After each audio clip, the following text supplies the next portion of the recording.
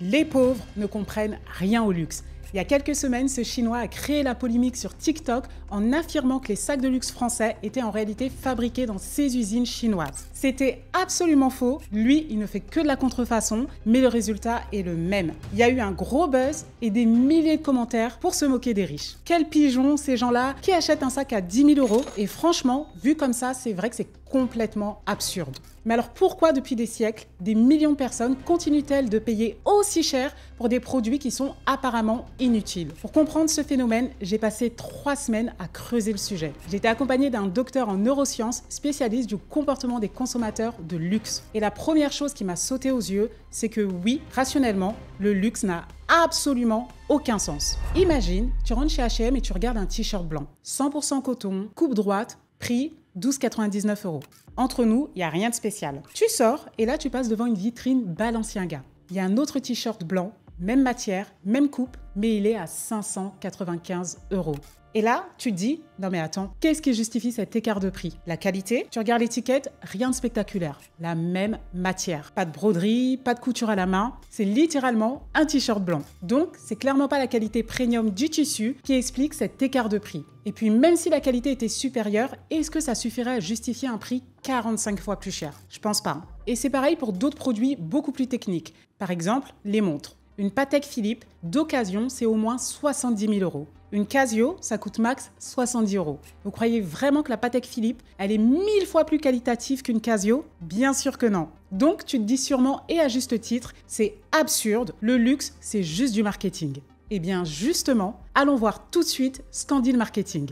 Dans le livre Influence et manipulation de Robert Cialdini, on trouve les 6 principes fondamentaux qui servent à influencer les gens dans leur achat. 6 leviers fondamentaux qu'on retrouve dans 99% des stratégies de vente efficaces. Le premier principe, la preuve sociale. Je suis persuadée que tu as déjà vécu cette scène. Tu es en vacances, tu dois aller au restaurant. En face de toi, il y a 2 restos. Tu hésites entre les 2 restaurants, mais l'un est vide et l'autre est noir de monde. Alors même s'il y a plus d'attente, crois-moi que tu iras dans le restaurant qui est blindé. Tu te diras naturellement, s'il y a plus de monde, c'est qu'il est meilleur. Et bien c'est ça la preuve sociale. On valide ce que les autres font. Plus un produit a d'avis positifs, plus on l'achète. Et c'est d'ailleurs pour ça que McDonald's affiche fièrement 99 milliards servis, ou que beaucoup de marques mettent en avant les témoignages clients sur leur site.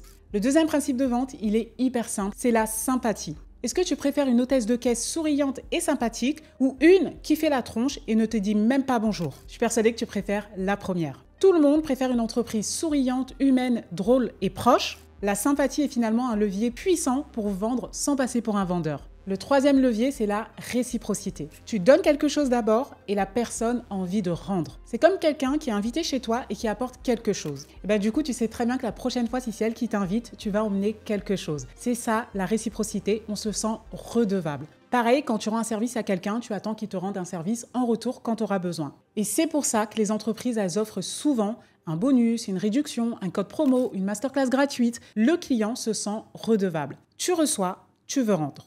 Le quatrième principe, c'est l'engagement et la cohérence. Ce principe, il est simple. C'est le fait de faire un petit pas au client, puis il aura envie de continuer. Un abonnement gratuit, un produit pas cher, puis un second, et bientôt, il devient fidèle presque naturellement. Et c'est toute la stratégie de la marque d'Asphalt. Tu votes pour les pièces que tu veux, tu reçois des mails sur leur fabrication, tu sens que tu participes et du coup, t'achètes quoi. Le cinquième principe, l'autorité. On écoute ceux qui ont du poids, une réputation, de l'expertise, de la légitimité. La blouse blanche, c'est l'exemple parfait. Dans les pubs Oral-B, on te met quelqu'un avec une blouse blanche et tout de suite, ça met de l'autorité. Et c'est ce que la marque Apple fait depuis plus de 20 ans. Ils ont un positionnement avec technologie de pointe, design, ingénierie, bref, excellent produit. Et enfin, le sixième levier, c'est la rareté. Il y a une loi universelle, ce qui est rare est désirable. On accorde clairement plus de valeur à ce qu'on ne pense pas pouvoir obtenir. Voilà pourquoi les entreprises ont souvent des places limitées, des collections capsules, des éditions exclusives ou sinon organisent des ventes privées. C'est pour créer de la rareté. Et un autre levier qui fonctionne du tonnerre, c'est l'urgence. Et je me dois de t'en parler. Même si c'est pas un des 6 principes originaux de Robert Cialdini, l'urgence est devenue un pilier de marketing moderne. On la retrouve partout. Je suis sûre que tu as déjà vu passer offre valable jusqu'à ce soir, plus que 3 exemplaires, dernier inscrit, après c'est trop tard. On appelle ça le FOMO, Fear of Missing Out. Et ça marche, parce qu'on déteste l'idée de rater une opportunité. Et donc, l'idée pour tous les business, c'est de chercher à maximiser ses ventes en utilisant ces principes. Je peux te donner l'exemple d'Amazon. Si tu vas sur leur site et tu cliques sur une fiche produit, il y a une grande partie de ces principes qui sont respectés. Et Amazon, qu'on le veuille ou non, ça vend. Donc cette stratégie, elle marche. Alors, ces 7 piliers, ils sont nécessaires pour vendre. Et franchement, ils sont logiques, non? Maintenant, voyons comment les marques de luxe utilisent ces principes. Chez Hermès, il n'y a pas d'avis client. Tu ne peux pas laisser un commentaire sur leur site, tu ne sais même pas ce qui est en stock. Rentre dans une boutique Chanel ou Dior, tu verras qu'on ne va pas t'accueillir avec chaleur, il n'y a pas de sourire automatique, pas d'enthousiasme exagéré, le ton, il est froid, mesuré, élitiste. Chez Louis Vuitton, tu n'auras jamais moins 10% pour ta première commande. Aucune promo, aucune réduction, aucune réciprocité. C'est même l'inverse, c'est à toi de prouver que tu mérites de payer le prix fort. Chez Patek Philippe, on ne t'embarque pas dans un tunnel de vente, il n'y a pas de relance, même après avoir payé, tu n'es toujours pas un client VIP. Et chez Cartier, il n'y a pas de programme fidélité. Et pour ce qui est de l'urgence, dans le luxe, cette pression, elle n'existe pas. Il n'y a pas de timer, il n'y a pas de newsletter, il vous reste plus que 2 heures, pas de vente flash. Le luxe ne te presse pas. Au contraire, il te fait attendre. Parfois des mois, parfois sans aucune certitude que tu auras le produit. Tu attends, tu espères, tu demandes et on te dit non. Donc à ce stade, peut-être que tu te dis, mais alors comment ça marche? Pourquoi ces marques de luxe continuent de cartonner alors qu'elles font tout l'inverse de tout ce qu'on nous apprend? Et c'est là que le paradoxe il devient fascinant.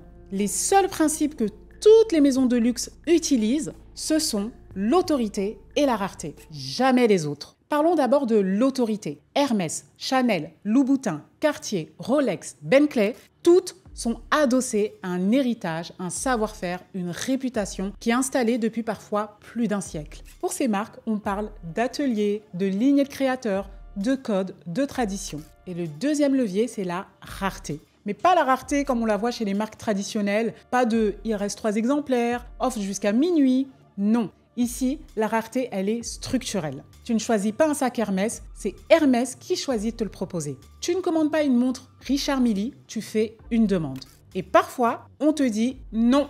La rareté dans le luxe, c'est pas un effet marketing. C'est une stratégie de sélection, un filtre social. Une barrière qui va renforcer la valeur symbolique du produit. Donc, le luxe n'utilise que 2 principes d'influence et ça fonctionne à merveille. Pourquoi ils n'ont pas besoin de plus et surtout, pourquoi ça fonctionne? Parce que pour que ça soit du luxe, les marques elles doivent jouer d'une manière très particulière, avec la psychologie de leurs clients. Logiquement, on se dit que c'est d'abord la raison qui dicte nos achats et c'est comme ça qu'on analyse le luxe. Mais en réalité, quand on regarde ce qui se passe dans le cerveau, on voit que le processus d'achat fonctionne non pas avec la raison, mais en 3 niveaux de persuasion successives. On achète d'abord une identité. Le cerveau social, il cherche pas la logique, il cherche la position. Et c'est donc là que le luxe active des leviers bien plus puissants que la logique. La projection, l'image sociale. Et surtout, le fait d'être perçu autrement. Pas forcément pour les autres, mais aussi pour soi. Une femme, elle achète un Birkin, non pas parce qu'elle en a besoin pour ranger ses affaires, mais parce que dans sa tête, elle achète un rôle social, une allure, une place implicite dans la hiérarchie. Ensuite, la deuxième couche, c'est que tu ressens une émotion. Imagine, tu entres dans la boutique Hermès. Tu sens un mélange de distance, de tension, d'intimidation, mais aussi un frisson. Tu ressens la rareté, l'exclusivité, le pouvoir. L'émotion que déclenche l'attente d'un sac Birkin, c'est clairement une masterclass. Tu sais que parfois les gens, ils attendent sur liste pendant plusieurs années. Ne pas savoir s'il sera proposé, ne pas avoir le droit de demander trop vite. Mais le jour où on te le propose, tu ressens quelque chose de plus fort qu'une satisfaction. Tu ressens une victoire. On peut aussi prendre un exemple. La boîte rouge Cartier. Elle est sobre, pesée, codifiée, mais le toucher du coffret, le clic du fermoir doré, l'intérieur en velours, tout est pensé comme une scène de théâtre miniature. Pas pour vendre, mais pour ancrer un moment. Pour déclencher une émotion qu'aucun packaging Amazon ne pourra jamais provoquer. Et enfin, la troisième couche, c'est que tu vas justifier par la rationalité. Pourquoi? Parce qu'on déteste admettre qu'on a acheté sur l'émotion. Rappelle-toi, l'être humain est différencié de l'animal grâce à sa raison. Et on se raconte donc des histoires. C'est un investissement parce que la revente, elle est bonne. C'est intemporel. C'est de la vraie qualité. Je le mérite. Je préfère un beau produit que 10 petits. Et ces phrases, tu les dis aux autres. Mais surtout, tu les dis à toi-même. Tu rationalises et faut le dire clairement, on se rassure. Et à ton avis, pourquoi on rationalise autant et on essaie de se convaincre soi-même? Parce qu'au fond, on sait que c'est absurde d'acheter des choses aussi chères, peu importe ce qu'on veut bien se raconter. Mais ce prix élevé, il va donner de la valeur à ce qu'on achète. C'est ce qu'on appelle l'effet Veblen. Pour la petite histoire, Thorstein Veblen, un économiste, a observé un phénomène étrange. C'est très simple. Plus un produit est cher, plus il est désirable. L'une des expériences sociales la plus connue,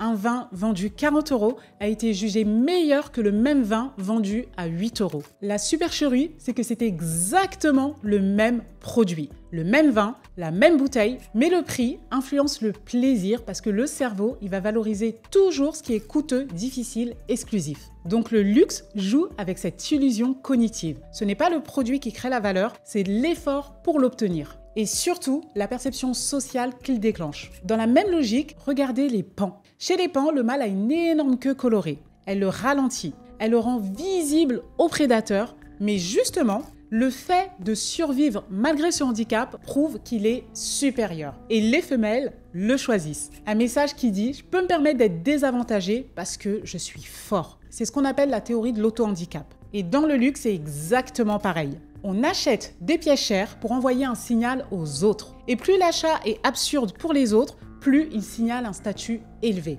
Donc, ce que le luxe vend, ce n'est pas un produit. C'est une position dans la hiérarchie sociale, un statut. On croit qu'on achète pour soi, mais on achète aussi pour appartenir. Un carré Hermès, une montre Rolex ou une paire de Jimmy Choo ne sont pas que des objets. Ce sont des cartes qui te classent dans une catégorie. Et l'industrie du luxe a trouvé le moyen parfait pour amplifier encore plus ce mécanisme afin de créer de l'exclusivité et de la valeur sur leurs produits. Pour ça, elles vont jouer au jeu du « suis-moi, je te fuis » en créant de la distance. Il y a 3 types de distance que je vais te détailler. La première, la distance sociale. Tu t'es peut-être posé la question pourquoi ils ne sourient pas sur leur site ou même en boutique. Eh bien, sache que c'est complètement volontaire. Parce que quand un produit de luxe est présenté avec une expression neutre ou distante, il est perçu comme plus prestigieux, plus exclusif et donc plus cher. Et en revanche, pour un produit du quotidien, un sourire chaleureux, ça va augmenter la valeur perçue. Parce que ça va créer de la proximité, ce qui va rassurer et donner envie d'acheter. Parce que ce qui est chaleureux, c'est accessible. Et ce qui est accessible, c'est pas du luxe. Adopter une posture froide, exclusive, presque snob,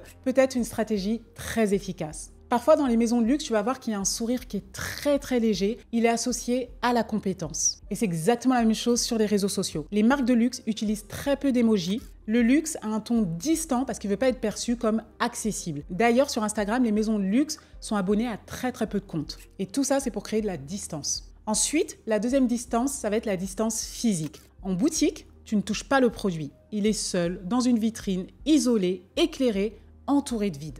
Le vendeur, il utilise même un gant pour l'utiliser. Et c'est pour ça que les produits de luxe ne sont pas portés sur les sites de luxe. Dans notre cerveau, le lointain, il est associé à l'aspiration, l'inaccessibilité, donc le pouvoir. Et à l'inverse, ce qui est proche paraît beaucoup plus familier, plus accessible, donc moins exclusif. Le luxe est exclusif parce qu'il n'est pas à la portée de tous. Et enfin, on a la distance symbolique. Le produit, il est isolé comme une œuvre d'art. Et tout ça, c'est fait pour qu'il soit perçu comme plus important parce que l'espace vide va renforcer la valeur. Et c'est pour ça que sur le site internet de Gucci, par exemple, les produits sont entourés de vide.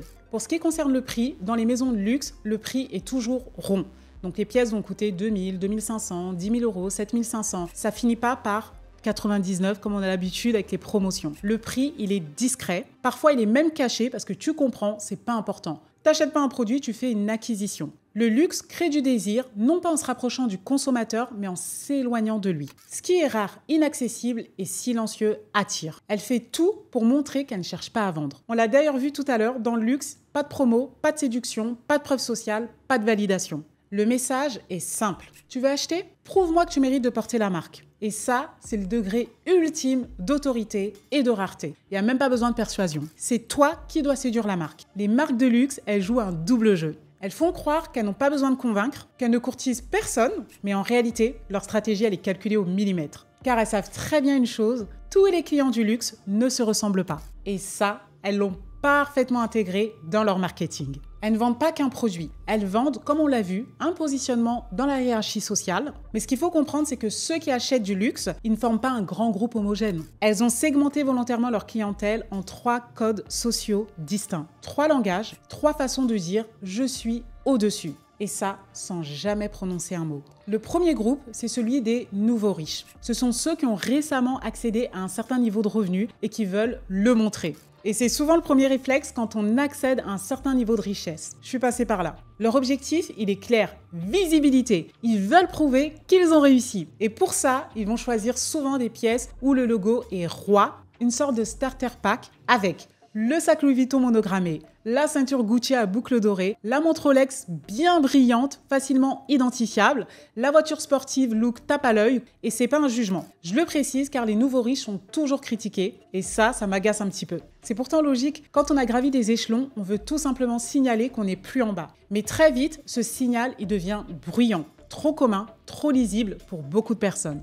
De l'autre côté, il y a ceux qu'on appelle les héritiers ou encore l'old money. Eux, ils n'ont pas besoin de prouver quoi que ce soit. Ils ont grandi avec ces codes et pour eux, le vrai signe de richesse, c'est la discrétion. Ils portent aussi du Louis Vuitton, mais sans le logo voyant. Ils préfèrent une Rolex Céline sobre ou encore une Patek Philippe. Ils achètent chez Loro Piana, chez Delvaux, chez Madeleine Vionnet, des marques que seuls les initiés connaissent. Et leurs pièces, elles ne crient rien, elles murmurent. L'exemple le plus célèbre, c'est qu'à l'époque, Nicolas Sarkozy portait une Rolex. Au cours de sa relation avec Carla Bruni, elle lui a offert une Patek Philippe et elle lui a dit justement que la Rolex était vulgaire. C'était le syndrome de réussite trop visible. Le message, il est clair pour les héritiers, les old money. Dans certains cercles, ce qui est vu est déjà trop commun. Aujourd'hui, il y a un troisième groupe qui émerge, le Quiet Luxury. Excuse-moi pour mon anglais éclaté. Ce sont ni des nouveaux riches, ni des héritiers, mais c'est des personnes qui veulent adopter les codes de l'élite sans l'arrogance visible. Leur style, il est sobre, épuré, presque muet. Ils vont acheter chez The Rose, Céline, Jill Sander, Pollen, Bottega Veneta. Il n'y a pas forcément de logo, pas de couleur criarde, des pièces neutres, bien coupées, parfaitement silencieuses.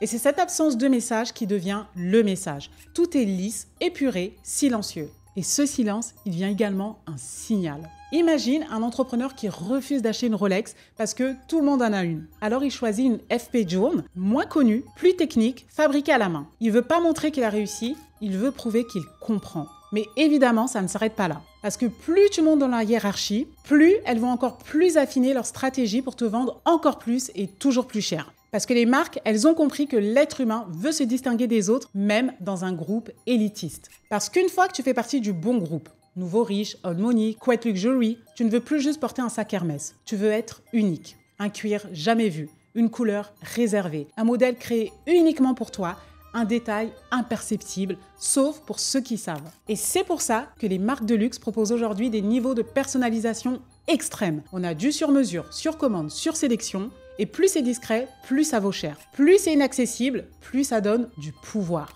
Le luxe devient donc une quête d'unicité dans l'élite. C'est un jeu de distinction silencieuse, un jeu sans fin. Et même le vocabulaire change. C'est une manière pour les vendeurs et pour les clients de filtrer le niveau de conscience de celui qui entre. Et voici le manuel de survie pour les maisons de luxe. Dans le luxe, tu n'achètes pas un produit. Non, tu acquiers une pièce. Dans le luxe, tu ne vas pas dans une boutique. Non, tu entres dans une maison. Tu ne parles pas à un vendeur. Non, tu échanges avec un conseiller. Tu ne choisis pas une paire de chaussures. Non, tu fais l'essayage d'un soulier. Chaque mot est un filtre. Chaque terme est une barrière d'entrée. Un langage à part. Un moyen de dire, si tu ne comprends pas nos codes, tu n'es pas encore prêt. Et tous ces détails, ça te rappelle que tu n'es peut-être pas encore à ta place. Et c'est précisément ça qui te donne envie d'en faire partie. Et c'est là qu'on comprend une chose essentielle. Le luxe, il n'a jamais été fait pour être compris par tout le monde. Et surtout pas de manière rationnelle. Parce que quand on ne connaît pas les codes, quand on regarde l'objet, au lieu de voir ce qu'il déclenche, on passe à côté de tout.